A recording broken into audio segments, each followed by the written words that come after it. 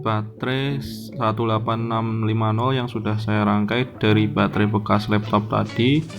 Saya rangkai dengan rangkaian BMS 3S40A. Ini sebenarnya sudah bisa dipakai ya teman-teman untuk menggantikan aki motor 12 volt atau implementasi alat yang menggunakan sumber 12 volt lainnya seperti pompa motor, kemudian lampu, bahkan solar cell dan yang lainnya yang menggunakan 12 volt. Akan tetapi pada kesempatan ini saya akan memakai untuk pompa 12 volt DC sebagai pemindah oli atau pemindah lubrikan di PT saya, sehingga saya akan membuat wadahnya agar baterai terlindung dari debu dan oli.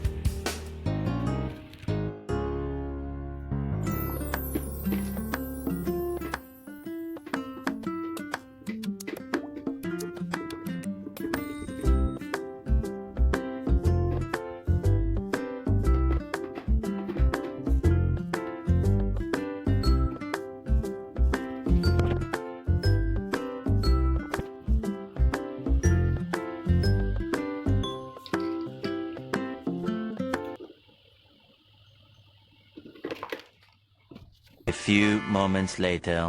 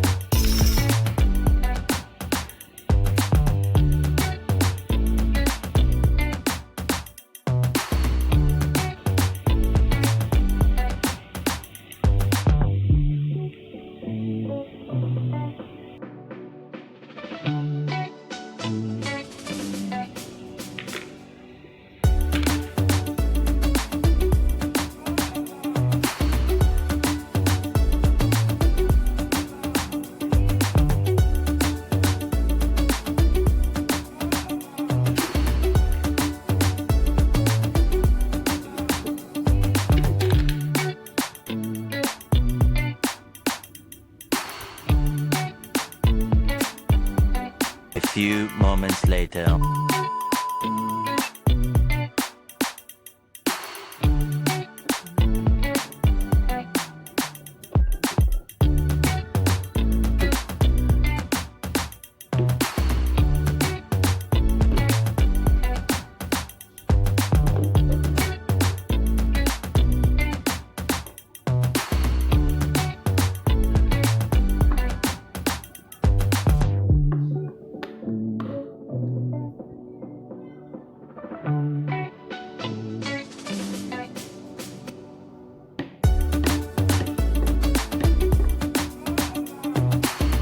Three hours later.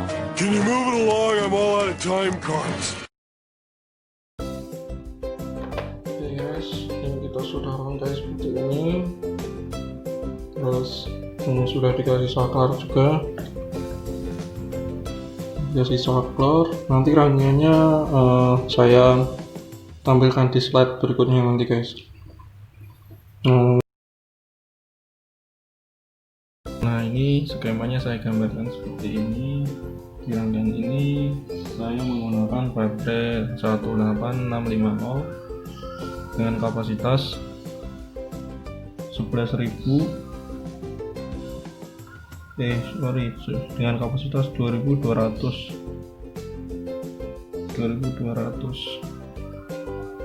Ketegangannya itu 4,2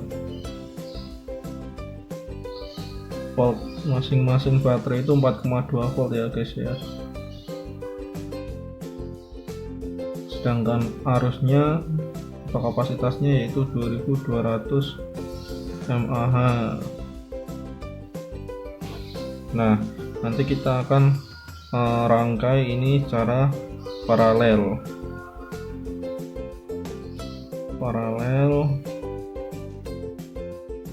sesuai dengan hukum Ohm. Kalau tegangan di paralel akan tetap 4,2 volt, akan tetapi untuk arus dia ditambah, jadi dia 2200 dikali 5, 1, 2, 3, 4, 5, sehingga outputannya di sini 4,2 volt 11.000 mAh kapasitasnya. Nah, untuk yang sampingnya juga ini sama, masing-masing baterai 4,2 volt 2200 mAh, sehingga ketika kita rangkai paralel sama seperti yang sebelumnya, dia outputannya menjadi 4,2 volt 11.000 mAh. Terus yang ini juga sama, 4,2 volt 2200 mAh. Kita rangkai paralel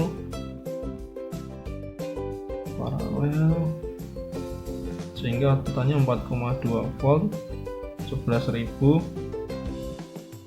mAh. Nah, nanti ini kita rangkai seri. Baterai yang paralel ini kita rangkai seri, sambungan ke sini. Ini ingat ya, plus kalau seri itu plus ke minus, plus ke minus, sehingga nanti outputannya di sini keluarannya sama dengan, apabila kita kembali ke hukum Ohm, apabila tegangan di seri maka nominalnya akan ditambah 4,2 ditambah 4,2 tambah 4,2, hasilnya outputnya yaitu 12,6 volt. Akan tetapi arus ketika di seri dia akan tetap, angkanya akan tetap, jadi dia tetap 11.000 mAh kapasitasnya. Kemudian kita tambahkan yang namanya BMS, rangkaian BMS ya teman-teman ya. Rangkaian BMS 3S, ini kita pakai tipe yang 3S 40A ya. Maksudnya itu kita menggunakan 3 rangkaian seri 40 ampere. Outputannya maksimal 40 ampere. Nah, terus di sini ada 0 volt, 4,2 volt, terus 8,4 volt dan 12,6 volt. Nanti rangkaiannya kita hubungkan dari sini 0 volt, kemudian ini kita ambil dari sini 4,2 volt. Kalau diukur di sini 4,2 volt ya, karena ini satu rangkaian. Terus kemudian 8 volt kita ambil dari sini 8,4 volt, dan yang terakhir yaitu outputnya 12,6 volt. Kemudian dari rangkaian BMS ini atau baterai management system ini nanti akan keluar output. Ini output positif, output negatif. Ini keluarannya sama ya, sama seperti ini ya, 12,6 volt dan kapasitasnya 11.000 mAh. Nanti sesuai dengan rangkaian yang saya bikin, kita tambahkan saklar di sini untuk memutus tegangan. Tambahkan saklar di sini, kemudian nah ini langsung ke output 12 volt 12,6 volt ya teman-teman ya. Kapasitasnya 11.000 mAh. Kemudian di sini di rangkaian ini saya menambahkan yang namanya baterai capacity monitor. Baterai capacity monitor. Di baterai capacity monitor ini terdapat 3 mode. Ini tombol ya. Tombol dan ini layar monitornya 90% misalkan di dalamnya. Nah, di dalam sini itu terdapat 3 mode. Yang pertama mode blank, ketika kita pencet 1 kali blank, kemudian pencet dipencet lagi, dia itu akan muncul yang namanya kapasitasnya, kapasitas baterai dalam bentuk persen. Dan yang terakhir ketika dipencet lagi dia akan muncul tegangan di sini antara 11 sampai 12,6 volt tergantung kapasitas dari rangkaian baterai yang ada di sini. Nah, oke baik sobat energik, jadi fungsi dari rangkaian BMS ini ya, atau battery management system ini, yaitu yang pertama yaitu mencegah short. Kenapa? Karena jika tidak menggunakan rangkaian BMS ini, ketika terjadi short circuit pada output ini, maka dia akan langsung berimbas pada baterai lama-lama kemudian panas, dan jika dibiarkan maka kabel akan meleleh. Tapi jika menggunakan rangkaian BMS ini, dia arus yang dari output dia akan masuk ke dalam rangkaian BMS ini. Di dalam rangkaian BMS ini terdapat yang namanya MOSFET dan resistor shunt yang berfungsi untuk memutus secara otomatis apabila terjadi short circuit. Yang kedua, fungsi dari BMS itu yaitu mencegah terjadinya overcharging. Jadi di sini selain sebagai output, dia juga digunakan untuk charging atau charger. Dia kenapa mencegah overcharging? Karena ketika kita charging, si rangkaian BMS ini akan otomatis mensensing arus yang masuk ke dalam baterai, sehingga ketika dia melebihi arus yang ditentukan oleh rangkaian MOSFET ini, maka dia akan otomatis memutus transistor MOSFET-nya, salah satunya akan diputus, sehingga tidak akan yang namanya overcharging. Yang ketiga, fungsi dari BMS itu yaitu menstabilkan tegangan atau balancing voltage. Jadi dia itu berfungsi untuk menyeimbangkan tegangan masing-masing sel baterai ini.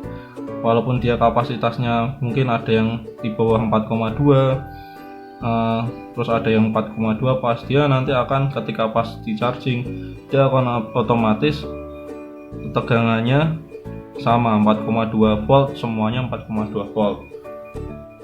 Jadi itu balancing voltage atau balancing fungsi. Terus kemudian yang keempat yaitu discharge controller. Apa itu discharge control? Discharge control yaitu dia mengatur tegangan keluaran dari si baterai ini. Maksudnya mengatur tegangan dan arus yang keluar dari arus ini. Jadi di dalam rangkaian ini itu terdapat yang namanya resistor shunt. Dia sebagai sensor atau sensingan yang mendeteksi arus. Ketika arus yang ada di dalam sini berlebih, maka otomatis dia akan mengirimkan sinyal ke ECU dan memutus MOSFET yang ada di dalam rangkaian BMS tersebut, sehingga dia tidak akan mengeluarkan arus yang berlebih. Kemudian yang terakhir fungsi dari BMS yaitu sebagai current limiter, hampir sama seperti yang nomor 4, current limiter atau pembatas arus. Jadi sistem ini untuk membatasi arus discharger baterai ketika digunakan. Sistem ini menggunakan sensing current untuk mendeteksi ampere yang mengalir. Hampir sama seperti yang nomor 4 ya. Ketika mendeteksi arus berlebih, maka sensor akan mengirim sinyal ke ECU, lalu ECU akan mendriver ke MOSFET dan untuk mematikan jalur output dari BMS, sehingga dia mencegah dari output yang berlebih.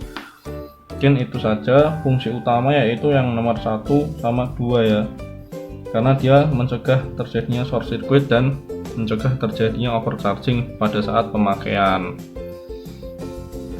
Nah, setelah dirangkai jadinya seperti ini teman-teman. Di sini ada output sekaligus input untuk charging. Nah, kemudian di sini ada baterai yang sudah menggunakan rangkaian 3S 40 ampere. Kemudian di sini juga sudah saya kasih baterai monitor, dan ini gagangnya juga sebagai pegangan. Tadinya saya beli tidak ada wadahnya, itu tidak ada gagangnya, saya ambil dari rantang bekas, saya pasang, saya lubangi dua sisi berlawanan agar lebih mudah dalam membawa atau mengangkatnya. Sekarang coba kita tutup agar fungsi dari wadah ini yaitu melindungi dia dari debu ataupun oli atau material lain di luarnya, sehingga baterai dan rangkaiannya bisa terlindungi di dalamnya. Kemudian di sampingnya juga sudah saya kasih lem bakar atau lem tembak, sehingga dia tidak ada celah untuk debu atau oli masuk ke dalamnya. Baik, ini modenya. Yang pertama mode kapasitas baterai, kemudian ada kalau dipencet satu kali menjadi mode tegangan, dan apabila dipencet satu kali lagi dia mode blank. Nah, mode blank ini untuk menghemat daya ya. Kemudian kita pencet lagi mode kapasitas.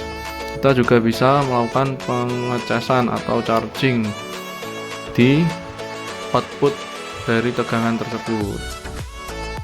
Nah, kita hanya menyambungkan adaptor 12 volt 2 ampere ke dalamnya. Nah, kita lihat di 87, di 88, kemudian 89, cepat banget kenaikannya, sangat cepat dalam pengecasannya. Tapi baterai ini dipakai sangat awet untuk pemakaian 12 volt karena ampernya atau kapasitas mAh nya itu sebesar 11.000 mAh atau miliampere. Oke teman-teman, mungkin itu saja yang bisa saya share. Alat ini yaitu bisa digunakan untuk pemakaian apapun dengan catatan tegangan 12 volt. Alat ini akan saya gunakan untuk pemindahan oli atau lubrikan di perusahaan atau tempat saya bekerja, akan tapi bisa digunakan untuk aplikasi lainnya seperti solar cell. Ini akan sangat bermanfaat sekali apabila teman-teman bisa mengembangkan lebih lagi daripada ini. Mungkin cukup dari saya segitu. Apabila ada kesalahan mohon dikoreksi. Jangan lupa like, komen, dan subscribe. Terima kasih.